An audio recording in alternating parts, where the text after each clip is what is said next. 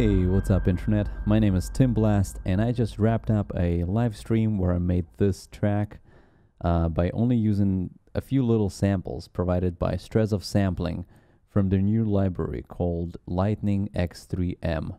And I just wanted to make a quick YouTube video, just kind of going over the track and how I made, you know, this little sound designy elements and stuff like that. So anyway, yeah, let's just dive right into it. So these are the original samples right here.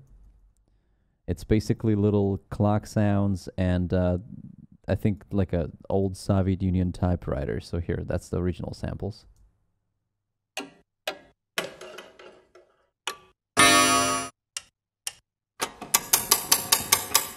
So as you can hear, you know, not much to work with. I mean, it's still something, right?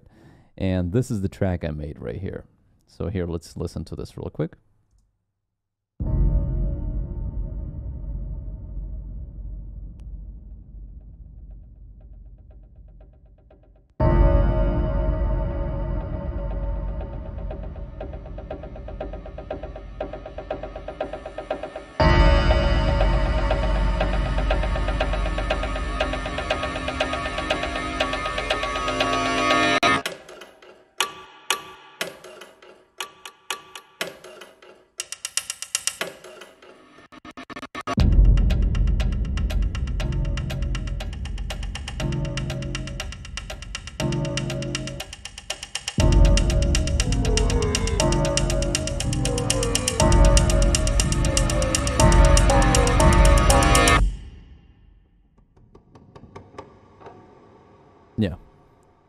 Yeah, so this is the full track. As you can hear, it's pretty simple. It has a little bit of a tension and release. It has 3 acts. So this is Act 1 and Act 2 and Act 3 right here, and like a little ending. So I would say this is like a trailer-esque track by using the clickety-clackety sounds provided by that library. Anyway, so let's just go one by one, right? So this is my deep boom reverb track, right? So what I'm doing here is I'm using this sound, which is that. And what I'm doing here is you can see that, yeah, let me take you to the direct offline processing, right? So I'm lowering the gain because this sound was a little too loud there. And I'm doing a time stretch. So I'm making it basically longer, and I am also transposing it by 12 semitones, right? So this way, this sound turns into this, right? And then I don't want it to die too quick, right? So if you can see that I have a Valhalla reverb. So for example, if I don't have a reverb, right? Let's turn this off. Hold on. Oh yeah, I know. I have a automation here. So let's just not listen to the automation real quick. So let's turn off the reverb.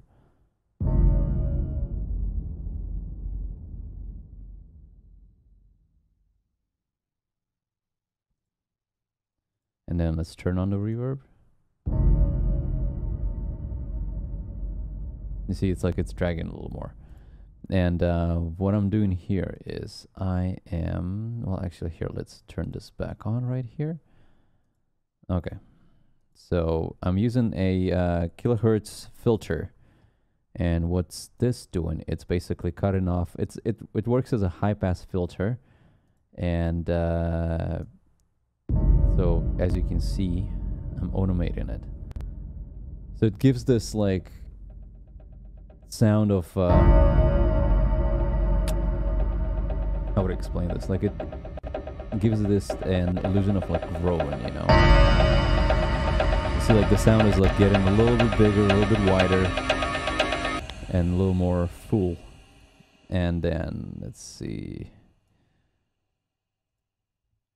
So that's this track right here. And I believe that's the only thing. Oh yeah, so and I'm also using that on the ending as well. There. So if I wouldn't have the filter, you know, it sounds like this. which is not really pretty. With the filter, like that.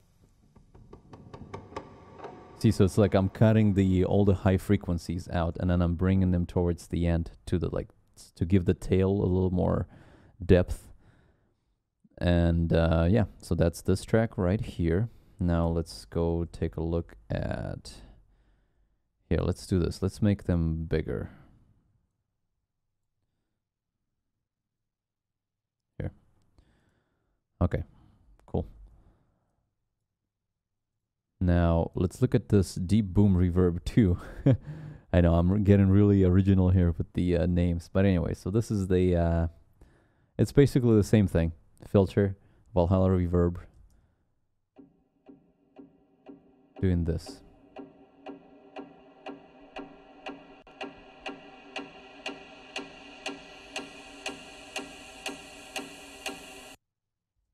And one thing that you can see here is that I'm killing the reverb by automating the bypass. So you see that there is no bypass here, and then I'm automating the bypass to be on, meaning that the reverb turns off. If I don't do that, I'll have like a weird tail of a reverb here coming in, because I want this section to be dry, like when this thing drops. Like, listen to this really carefully.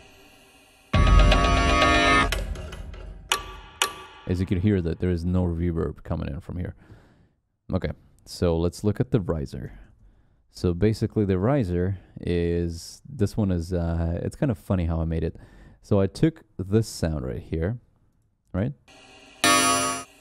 And what I did is I time stretched it a few times. So let me show you. So I did it multiple times, but anyway, so it's a time stretch. So I'm going from 120 to 60, which means that I'm doubling the time, and I'm making the track, the sample twice as long. And I did it twice. And I'm also doing a reverse. This way it builds up, you know, as you can hear.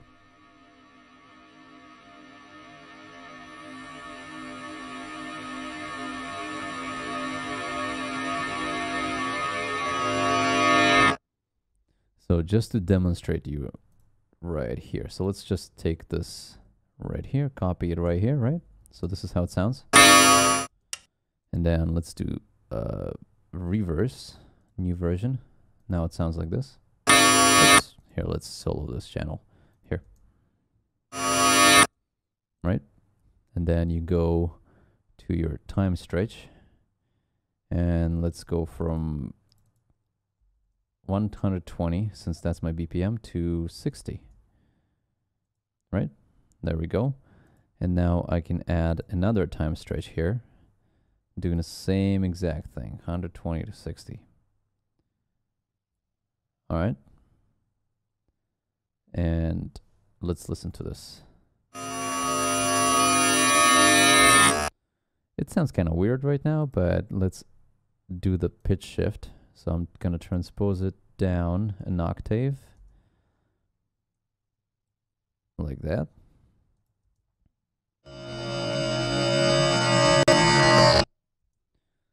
And then basically what happens is, like, if I add a reverb to this and then reverse it a few more times, I'll get this riser.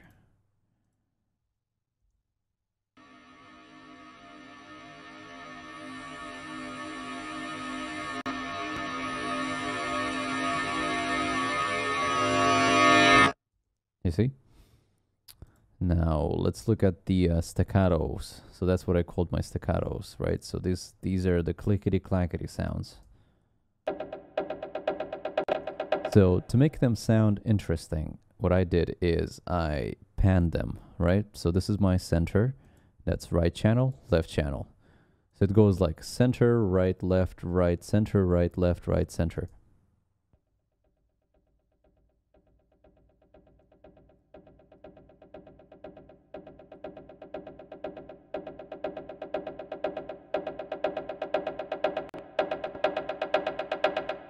Yeah, so this way it sounds kind of interesting, right? And then what I'm doing here is I'm sending those to a group channel track.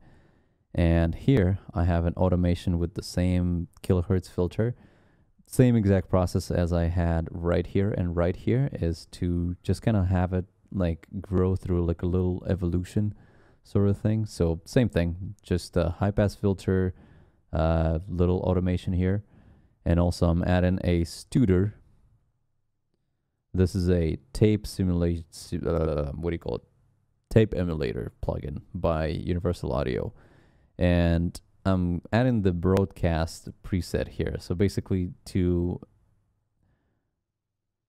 it's kind of weird to explain, right? But like if you go through different presets, broadcast works really good on like clickety clackety sounds. It adds a little warmth and depth to them. All right, so what do we have next here, right? So I have the clickety drop, what I called it. So it's this sound.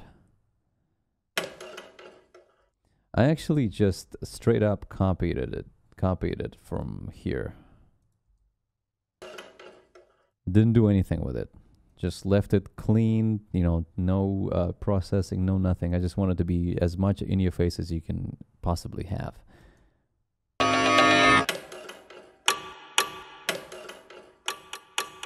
Because everything else has a little bit of a room sound, a little bit of a reverb. Oh yeah, also another thing that I wanted to talk is this Tiki Tiki group, right? I'm sending it to the Capital Chambers effects track. So this is my FX Capital Chambers. And it's nothing fancy, just the Capital Chambers plugin by Universal Audio. These are the knobs right here. You can see, yeah, so it's like the mix is at around you know, what is it, like 13%, like 10% or whatever. Yeah, so pretty simple there. And I'm just playing around with the panning as well right here. So it's a different clickety sound, but it's still pan. So it's like 2 center, then it's like left, right, center, center. And it's a different clickety track. So it's like just by panning them in different channels, it creates more depth, and you know, it just sounds much more interesting when you do this like that, you know. So here, listen to this. But when I put them all on one track, it just doesn't sound the same. You see, it just sounds like really autonomous, you know. It sounds boring, but like this, it sounds better. Like it sounds percussive, you know, it sounds more alive. Anyway, so after that little section, I have another riser, and this time I'm glitching it up. So it's the same exact sound. I think I reversed it once, and I time stretched it once only. And I think it's pitch shifted an octave down. Yeah, so that's like a little glitch. The way you do it is like you select a track, and then you go to this part over here, right? So it's like you can use bar, beat, or use quantize. So you click on this, and then you go to your quantize and choose like what's the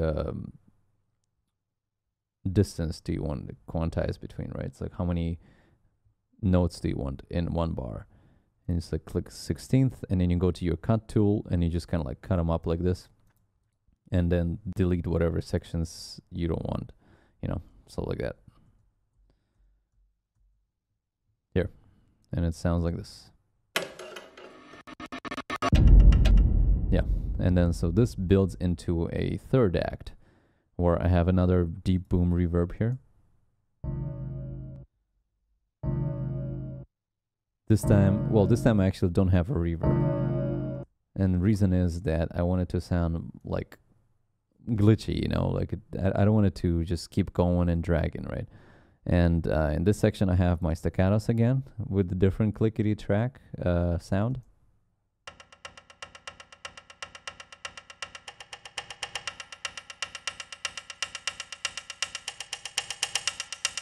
See, same thing, I'm doing the evolution with the filter, so it's just growing and growing and growing again. And with the panning as well, like it's again, it sounds much more alive, and it sounds interesting like this. And what I have here is I added another 2 staccato tracks. which are panned to the hard left and panned hard right. And this is how this sounds like.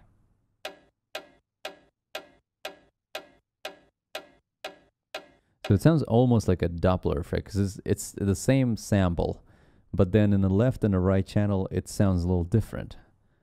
So, you know, if you listen to this and the staccatos together, it's like a nice little percussive section.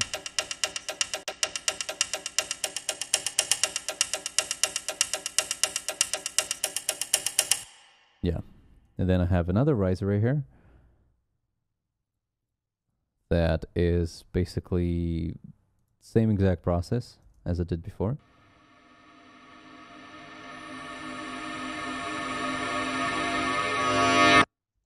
Yeah. And then what happens here is I have like a little back and forth droppy thing happening. So if you listen to this, so this is my deep boom sound.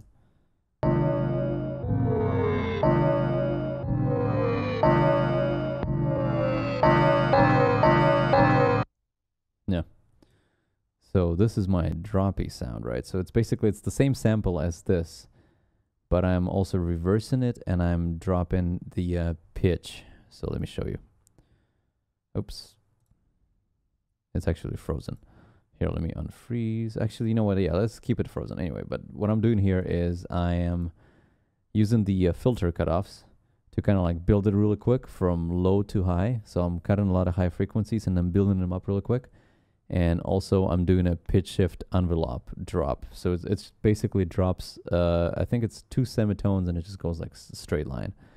And it makes a sound like that. And then on top of that, I'm also doing another pitch shift. And I'm dropping, I think this is -5 semitones, -4 semitones, -3 semitones, -2, -1. So this way, it's not the same exact drop every time. It drops a little less, like if you can hear, it drops a lot right here in the first time. And it's like just slowly going up. And that's pretty much it. You know, simple as it is. This, I think I spent about an hour on this track live. If you guys really want to see how I made it and, you know, my brainstorming process and my thinking process of like, what should I do with these little samples, go check out my Twitch channel. It's twitch.tv/TimBlastMusic. And you'll find the VOD, I think it's number 19. So it should still be available for 60 more days there. And, you know, check it out. See how it is, you know. And thanks for watching this video. This is a quick little track. You know, I hope you like it. I hope you find this entertaining. And I hope you can learn something from it too, if you're going into sound design or if you're a composer. Yeah, so my name is Tim Blast. Thank you for watching. Please leave a like, comment, subscribe. And I'll have more content coming soon. All right, blast out.